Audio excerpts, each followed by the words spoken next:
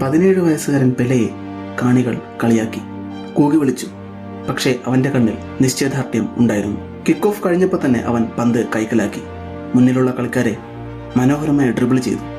അവൻ പിന്തിരിഞ്ഞില്ല. എതിർ ടീമിന്റെ ഡിഫൻസ് വെറും കാഴ്ചക്കാരായി മാറി. പെലെ ബോക്സിലേക്ക് പാഞ്ഞു. സമ്മർദ്ദത്തിനിടയിൽ പെലെയുടെ ശക്തമായ വോളി കാണികൾ പൊട്ടിത്തെറിച്ചു. എതിർ ടീം ഫാൻസിന് അത് വിശ്വസിക്കാനായില്ല. ഒരു ചെറിയ പയ്യൻ ഗോളടിച്ചിരിക്കുന്നു. പിന്നീട് പെലെയിലായിരുന്നു എല്ലാവരുടെയും കണ്ണുകൾ.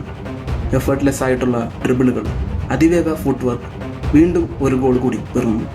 വെറും 20 മിനിറ്റിൽ പെലെ ഹാട്രിക് തികച്ചു. ഒരു ഗോളിന്റെ പിറകിൽ നിന്ന ബ്രസീൽ ഫ്രാൻസിനെതിരെ അതിശക്തമായി തിരിച്ചു വന്ന് വിജയിച്ചിരിക്കുന്നു. അവർ വേൾഡ് കപ്പിന്റെ ഫൈനൽ കടന്നു. അവർക്ക് ഫൈനലിൽ നേരിടാനുണ്ടായിരുന്നത് വടക്കിന്റെ അതികായന്മാർ എന്നറിയപ്പെട്ടിരുന്ന സ്വീഡനെയായിരുന്നു. ആരും തന്നെ ബ്രസീലിന് ഒരു ചാൻസ് പോലും കണ്ടിരുന്നില്ല.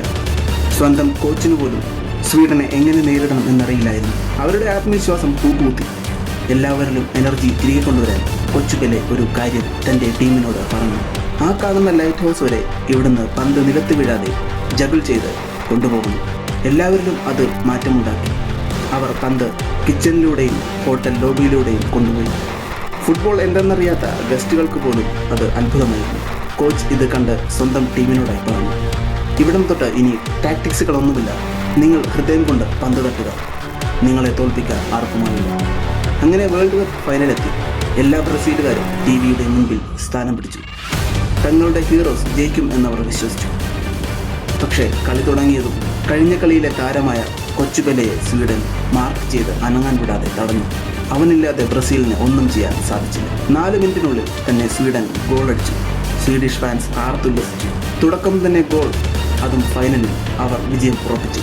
പക്ഷേ അവർക്ക് മുന്നിൽ ഒരു കൊച്ചു പെലെ നിൽപ്പുണ്ടായിരുന്നു. അവൻ സ്റ്റേഡിയത്തിലെ ഒരു മൂലയിലെ ബ്രസീൽ ഫാൻസിനെ കണ്ടു. അവരുടെ മുഖത്ത് നിരാശ കണ്ടു. അവന്റെ ശരീരത്തിൽ ഒരു കനൽ ആളിക്കത്തി. നിങ്ങൾ കരുത്തനല്ലെങ്കിൽ ആളുകൾ നിങ്ങളെ വകവയ്ക്കുകയില്ല. പെലെ ആരെന്ന് അന്ന് ലോകമറിഞ്ഞു. അവൻ ഡിഫൻസിനെ മുഴുവൻ ഒറ്റയ്ക്ക് ഡ്രിബിൾ ചെയ്ത് നീങ്ങി. ഫാൻസ് എല്ലാവരും എഴുന്നേറ്റു. പെലെയുടെ ഒരു ഫേക്ക്. പുറകിൽ നിന്ന് വന്ന കളിക്കാരൻ പന്ത് വലയിലെത്തിച്ചു. ബ്രസീൽ ഫാൻസ് സന്തോഷിച്ചു. അവരുടെ നിരാശ മാറി. പെലെയുടെ നേതൃത്വത്തിൽ ബ്രസീൽ ടീം ഒന്നായി പോരാടി. ആർക്കും അവരെ തടയാനായില്ല. സ്റ്റേഡിയം അവരുടെ ഹോം ഗ്രൗണ്ടാക്കി മാറ്റി. സ്വീഡിഷ് ഫാൻസ് തകർന്നു. വീണ്ടും ഒരു ഗോൾ പിറന്നു. പുറകെ അടുത്തത്. എല്ലാ ബ്രസീലുകാരുടെയും കണ്ണിൽ കണ്ണീർ നിറഞ്ഞു. സ്വീഡിഷ് ഫാൻസ് വരെ കൈയടിച്ചു പോയി. അവസാനത്തെ ഹെഡർ കൊണ്ട് പെലെ വടക്കിന്റെ കരുത്തന്മാരെ തകർത്തു കളഞ്ഞു. വെറും 17ാമത്തെ വയസ്സിൽ പെലെ ബ്രസീലിന് അവരുടെ ആദ്യത്തെ വേൾഡ് കപ്പ് നേടിക്കൊടുത്തു. പിന്നീട് ലോകം കണ്ടത് ഒരു കറുത്ത മുത്ത് ലോകത്തെ തന്റെ മാതൃകത കൊണ്ട് കീഴടക്കുന്നതായിരുന്നു.